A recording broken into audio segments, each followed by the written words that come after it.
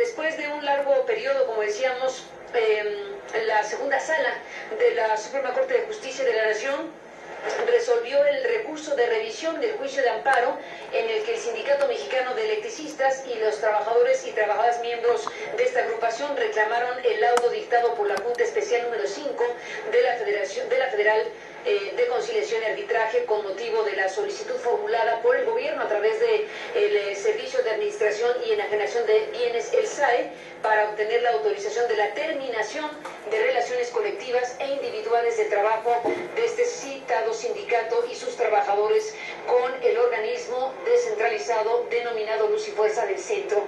Este es el primer párrafo de lo que es el comunicado de la propia Corte el día de hoy. El comunicado donde anuncia que, bueno, pues el pasado 13 de septiembre de 2012, el segundo tribunal colegiado en materia de trabajo concedió el amparo al ESME al haber estimado que no hubo causa de fuerza mayor para la desaparición del organismo descentralizado, ya que fue el propio presidente de la República el que así lo determinó, y a él es a quien debía considerarse como patrón por ser el titular del Poder Ejecutivo Federal, a quien corresponde la administración pública. El asunto es que la segunda sala determinó en primer lugar que el recurso es procedente porque fue admitido por el presidente de la Corte y por la primera sala. Además de que existió interpretación directa de diversas disposiciones de la Constitución, entre otras del artículo 90, por lo que dicha procedencia es ya cosa juzgada, dice en su comunicado la Suprema Corte de Justicia. Y bueno, la noticia principal es que la segunda sala determinó por unanimidad de votos negar el amparo al sindicato quejoso, considerando que el presidente de la República no puede considerarse como el patrón de las relaciones con los trabajadores de un organismo descentralizado como era Luz y Fuerza del Centro, como se deriva de las conclusiones del tribunal colegiado en su sentencia. Viene la explicación final del asunto, pero doy paso a nuestros invitados para hablar de este tema. En resumidas cuentas, pues se revocó este amparo que había logrado el ESME con este tribunal, y bueno, pues viene ahora la conversación con Martín Esparza, que es el líder del Sindicato Mexicano de Electricistas. Gracias, Martín, por estar aquí esta noche. Carmen, buenas noches a ti, auditorio. Carlos de Buen, abogado del Sindicato Mexicano de Electricistas. Gracias por estar aquí, Carlos. Al contrario, Carmen, gracias a ti. Bueno, esto es lo que leo del propio comunicado de la Suprema Corte de Justicia, donde, bueno, pues agrega que determinó ya la desaparición de Luz y Fuerza del Centro. No puede ser considerada esta como una decisión del patrón, sino una causa externa de fuerza mayor.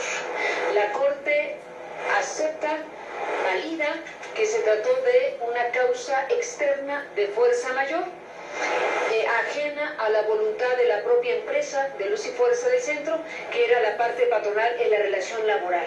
Y con eso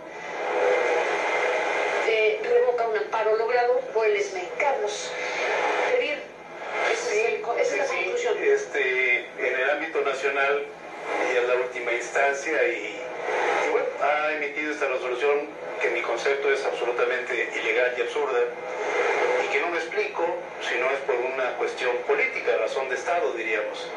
Razón de Estado se impone a la legalidad. ¿Y por qué lo digo y lo sostengo?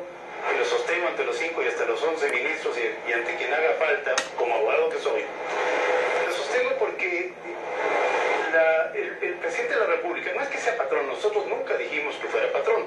El presidente. Si lo dijo el colegiado, pues habrá sido una licencia, pero nosotros jamás planteamos que el presidente de la República fuese patrón de los trabajadores del ESME. Lo que hemos dicho es, él encabeza la Administración Pública Federal. El presidente tiene en la Constitución un doble papel, es jefe del Ejecutivo y es cabeza de la Administración Pública. La Administración Pública se divide en centralizada, las secretarías de Estado, y descentralizada, los organismos descentralizados, empresas preestatales, fideicomisos públicos. Y la cabeza de unos y otros es el presidente de la República.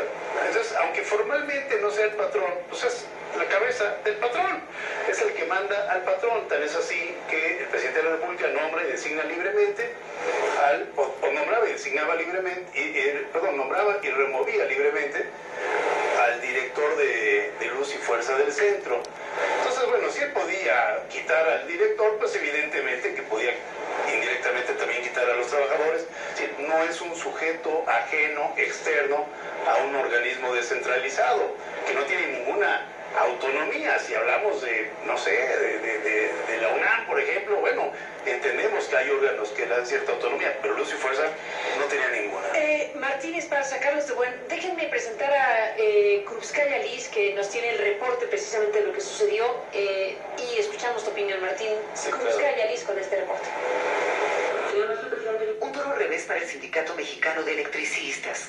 La segunda sala de la Suprema Corte de Justicia votó por unanimidad de revocar el amparo otorgado a esa organización gremial con el que buscaban que la Comisión Federal de Electricidad se convirtiera en el patrón sustituto y con ello abrir la posibilidad de que los 16,000 trabajadores que no habían aceptado su liquidación fueran recontratados. Si bien el decreto presidencial que excluyó a Luz y Fuerza del Centro no terminó por sí mismo las relaciones de trabajo, al extinguir en definitiva a ese organismo, generó la causa externa de fuerza mayor que posteriormente desencadenó que, previa solicitud del organismo liquidador ante la autoridad laboral competente, se aprobara la terminación de la relación colectiva de trabajo que ligaba a Luz y Fuerza del Centro con el Sindicato Mexicano de Electricistas y, como consecuencia de ello, la terminación del contrato colectivo de trabajo celebrado entre ellos, tal como lo determinó.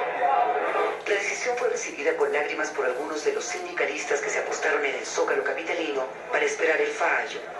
En este lugar, el líder del Sindicato de Electricistas, Martín Esparza, calificó la decisión no de una derrota para el gremio, sino, dijo, para la clase política, al tiempo que anunció que recurrirán a instancias internacionales con el fin de que sean cumplidas sus demandas de retribución de los salarios caídos y la recontratación de los 16,000 trabajadores. Una postura que avaló también la Diputación Permanente de la Asamblea Legislativa del Distrito Federal, quien a través del diputado local Víctor Hugo Lobo cuestionó si la Suprema Corte de Justicia estaba atendiendo a la ley o actuaba bajo condicionamientos políticos, al tiempo que llamó a los trabajadores a defender sus derechos en las calles. Por lo pronto, el Sindicato Mexicano de Electricistas ha convocado a una gran marcha la tarde del jueves para protestar por esta decisión. El 11 de octubre del 2009, el entonces presidente de México, Felipe Calderón, emitió un decreto con el cual declaraba la extinción de la empresa paraestatal Luz y Fuerza del Centro, ya que se concluyó que su funcionamiento no era el más eficiente ni el más conveniente para los retos que enfrentaba el sector eléctrico del país, según dijeron. Krupskaya Liz, CNN, Ciudad de México.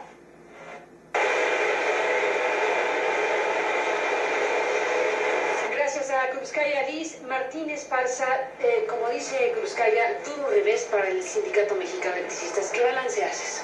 Bueno, aquí lo que nosotros señalamos que la Corte tomó una decisión política. Hoy la Corte está subordinada a los intereses del presidente de la República, a los intereses de los dueños del dinero en este país.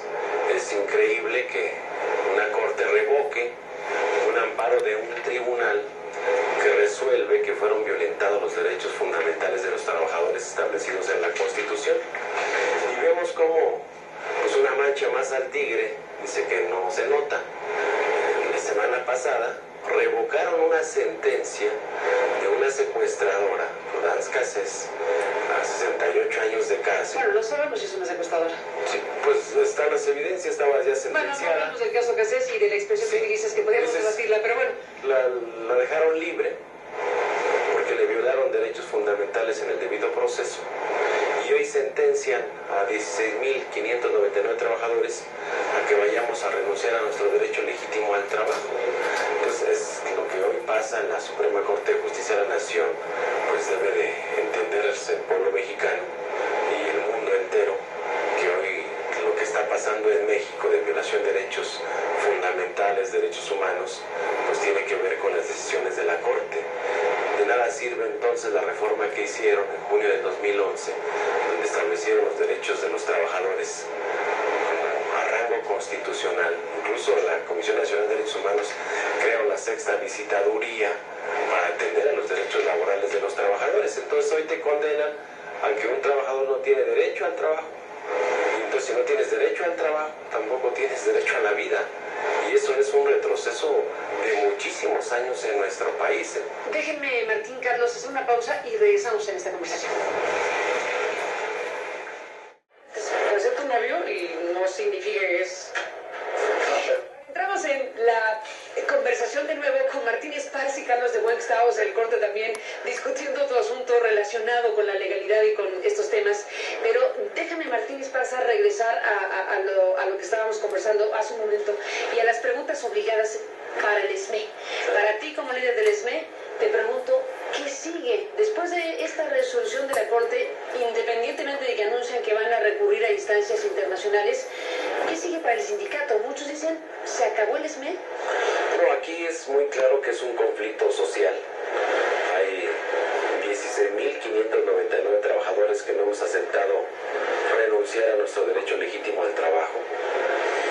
Dentro de nuestro estatuto interno establece que cuando hay una disolución forzada del sindicato, todos los agremiados estamos obligados a hacer lo que sea necesario con tal de evitar la disolución forzada del sindicato. Estatutariamente. Estatutariamente. ¿Cuántos años tiene tu sindicato? 98 años, cumplió el 14 de diciembre de 1914. Y en su historia ha habido pasajes similares: encarcelamiento de comités centrales, de huelgas declaradas inexistentes, de la toma de las instalaciones por parte de las autoridades, de perseguimiento de los propios patrones, del propio Estado. Pues es una gran historia donde hoy nos toca a nosotros jugar este papel de defender a la organización sindical como sindicato democrático independiente. Y bueno, con todo el aparato del Estado no han podido acabar con el sindicato. Esta sentencia no termina con el Sindicato Mexicano de Electricistas. Los sindicatos y los contratos colectivos de trabajo no se pueden extinguir mediante un acto administrativo. Pero lo que hizo Calderón... amparado ante que, déjame detener aquí, el Sindicato Mexicano de Electricistas no desaparece, y yo pregunto, ¿está asociado a qué? Porque un sindicato está asociado a una empresa, a un ente que genera un trabajo que da razón de existir a una agrupación gremial. Si no hay esa materia, porque la Corte determinó que se ratifica la extinción y la disolución del vínculo laboral, ¿ante qué se ampara la existencia de un sindicato? Mientras no nos liquidemos, no pueden liquidar a Luz y Fuerza del Centro. Tú puedes checar que Ferrocarriles Nacionales lleva más de 20 años y sigue Ferrocarriles Nacionales en liquidación. Luz y Fuerza del Centro, como compañía de Luz y Fuerza del Centro SADCB en liquidación, duró de 1974 hasta 1994. ¿Y piensan hacer algo parecido? Nosotros vamos a mantener firmes en nuestra resistencia. ¿Cómo está la gente, Martín? Mira, hay distintos ánimos en la gente. Hay gente muy desesperada porque son 3 años, 3 meses que nos quitaron nuestro salario para subsistir. Hay gente que está echada para adelante. Hay gente que ya aprendió y sabe que la intención del gobierno no era extinguir a Luz y Fuerza del Centro, porque Luz y Fuerza no es una empresa como cualquiera, es un organismo descentralizado, es una industria que es de la generación, transmisión, distribución y venta de energía, y eso no lo van a poder extinguir. Que nos explique cómo extinguen una planta de generación, una infraestructura que es del Estado para suministrar el servicio público de electricidad en la zona más densamente poblada de este país. Eso es inverosímil, eso no se puede hacer. Y el sindicato es un sindicato de industria de jurisdicción federal. Entonces nosotros vamos a mantener firmes nuestra lucha. Este tema lo vamos a llevar con la estrategia de los abogados a las instancias internacionales, a la Comisión Interamericana de Derechos Humanos. Tiene que irse a la Corte, lo tenemos que llevar a la Organización Internacional del Trabajo, lo tenemos que dar a conocer en todo el mundo. No puede quedarse un precedente de esta naturaleza en un país que se dice ser democrático, donde un gobierno está para generar empleos, para mejorar el progreso de los mexicanos, no para quitar empleos. Y dicen, lo hicimos por bien del interés público, por bien de la economía nacional, como si nuestros empleos no fueran parte del interés público y de la economía nacional. Se deja este precedente donde dice, por causa de fuerza mayor y caso fortuito, se extinguió a un organismo público descentralizado. Entonces sería la puerta para que mañana digan, pues Pemex, como es un organismo descentralizado, pues ¿qué creen? Por caso fortuito y causa de fuerza mayor desaparece. O Comisión Federal de Electricidad pase lo mismo, o el Seguro Seguro Social o el ISSSTE o la Universidad Nacional Autónoma de México, porque esa es la parte de la política neoliberal de acabar con los organismos descentralizados para que lleguen los grandes inversionistas extranjeros a quedarse con todo el patrimonio de los mexicanos. No lo vamos a permitir. La fuerza mayor alegada por Calderón y aceptada finalmente por la Corte, que llevó a la extinción de Luz y Fuerza del Centro, ¿en qué estaba basada? En razones económicas, según Calderón. Bueno, el decreto... ¿Esa era la fuerza mayor? ¿Alegada? No. ¿Cuál era la fuerza mayor? La fuerza mayor se entiende que el acto del presidente es un acto ajeno, contra el cual yo no puedo oponer resistencia, y por lo tanto, si no puedo poner resistencia, es un acto ajeno, O sea, es un acto externo. se disocia Luz y Fuerza del Centro de la voluntad del No presidente. tiene nada que ver. Entonces, como lo decía el La Corte- presidente, es un ente externo a Luz y Fuerza. La Corte son dos sujetos totalmente ajenos uno del otro, no tiene nada que ver el presidente de la República con un organismo descentralizado. Es lo que es inconcebible. Porque entonces se agarran de un formalismo que además ya nadie hoy en día puede soportar un argumento tan infantil como ese. Es que tiene personalidad jurídica propia. Bueno, sí, ¿cuántas cosas tienen personalidad jurídica propia? Grupos de empresas que hoy los colegiados, la propia Corte, de hecho, forman una sola empresa porque es una unidad económica, aunque tengas múltiples personalidades jurídicas.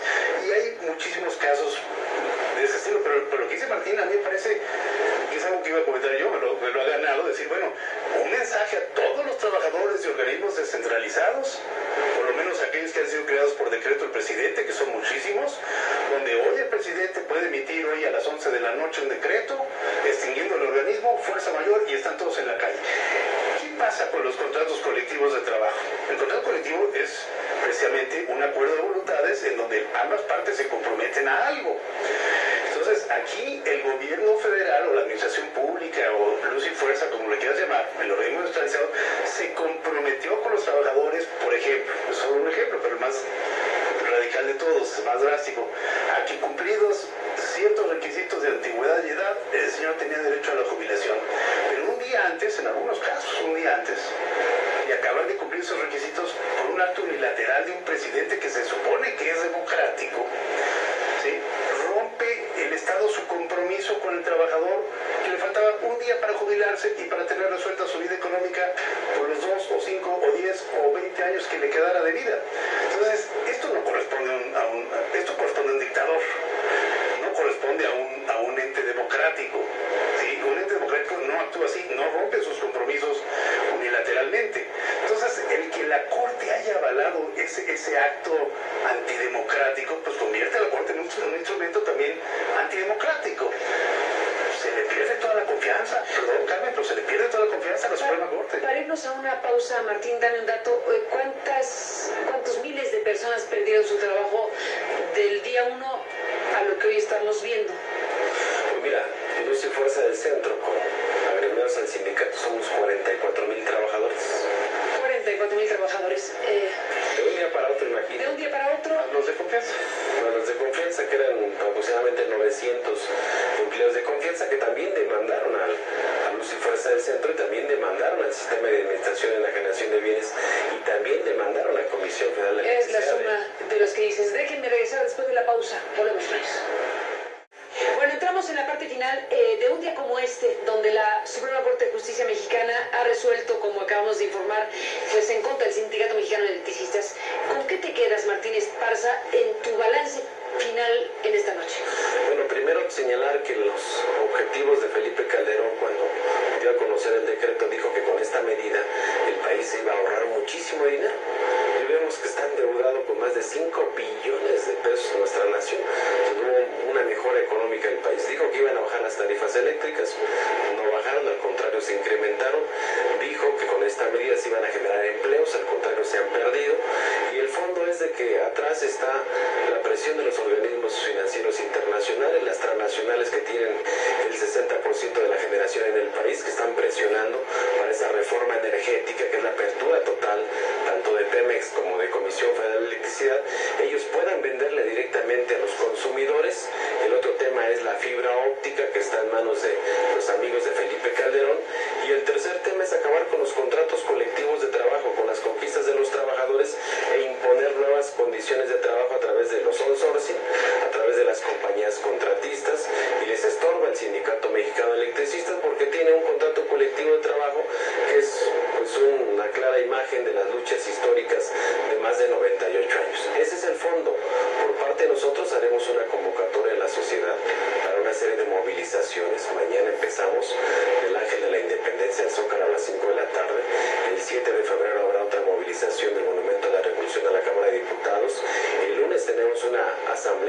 excepcional, extraordinaria del sindicato para que se discute dentro del sindicato cuáles son las medidas que vamos a tomar.